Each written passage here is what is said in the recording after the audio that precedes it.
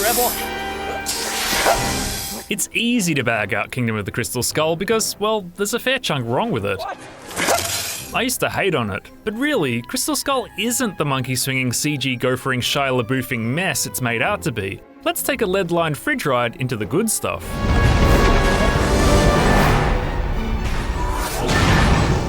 Steven Spielberg took big steps to ensure Crystal Skull has the right look. That's why he shot it on film, the idea being it should actually look like it was shot a couple of decades after Last Crusade. To nail this visual aesthetic, Crystal Skull's cinematographer was instructed to study the Indy trilogy and mimic what the previous cinematographer had done. Crystal Skull was also reportedly 70% practical effects, and if you think the CG special effects are terrible, you really should revisit the face-melting ending to Raiders of the Lost Ark. Part of the practical awesomeness was insisted on by Indy himself, Harrison Ford. He used his own whip, even though the studio reportedly wanted it to be CG. Ford also performed most of his own stunts, despite being 66 at the time of shooting. Damn, I thought that was closer. Drive over the CG gopher opening and Crystal Skull has a great start, like this muscle car race, a nice nod to Lucas's earlier work on American Graffiti. Man, but that can't be your car, it must be your mama's car. The shadow intro to the iconic man is on point. He may be older, but Ford is undeniably Indiana Jones. Even though he's a prisoner of the Soviets, he's still the one in charge. Then the intro races into an opening action set piece that has the right mix of scale and signature dry one-liners from Indy. It's a punchy opening. Spielberg cast real-life Russians, which meant real Russian accents.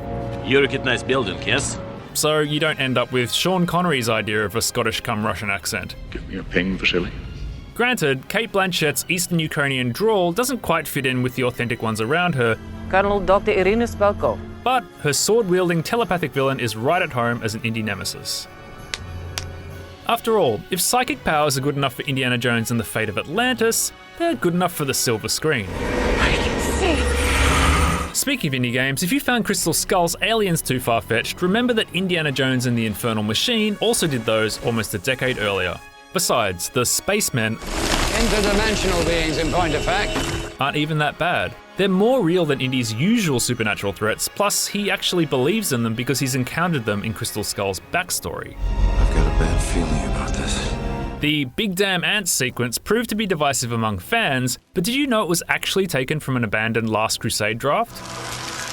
This isn't the first time the series has repurposed an old idea. The minecart chase, real talk the best bit of Temple of Doom, was also reportedly a cut sequence from the end of Raiders.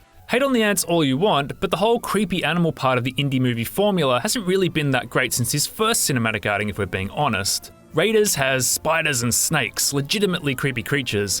Why did it have to be snakes? Doom has insects.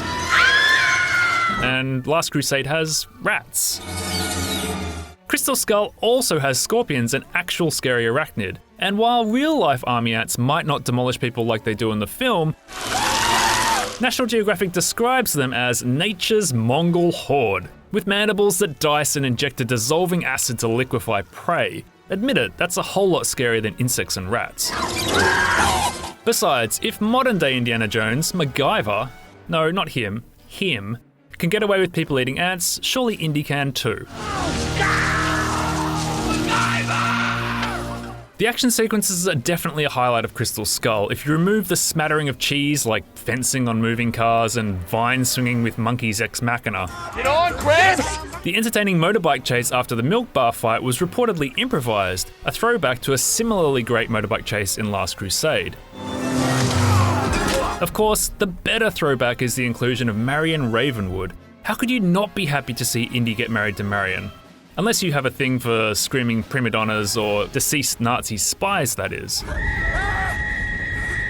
Ravenwood has a decent amount of screen time, but there's also a trilogy of static cameos that make for nice fan service. Marcus Brody in statue form, Henry Jones Sr. in photo form, and the best one, the Ark of the Covenant. The Ark is a fedora-tipping payoff to that mysterious and expansive warehouse that ended the original movie. Ultimately, it's not like Crystal Skull is the first time an indie movie has proved divisive. Just look at Temple of Doom. Anything goes. or don't, because it's still really, really average. But no matter where you stand on Crystal Skull or Temple of Doom, the good news is if Indy's reverse Star Trek movie curse proves true, and the even movies are the average ones, then 2020's Indiana Jones 5 is on track to be one of the greats. For more in-depth movie analysis, check out 5 Reasons Batman vs Superman was great, and How Saving Private Ryan Changed War Films Forever.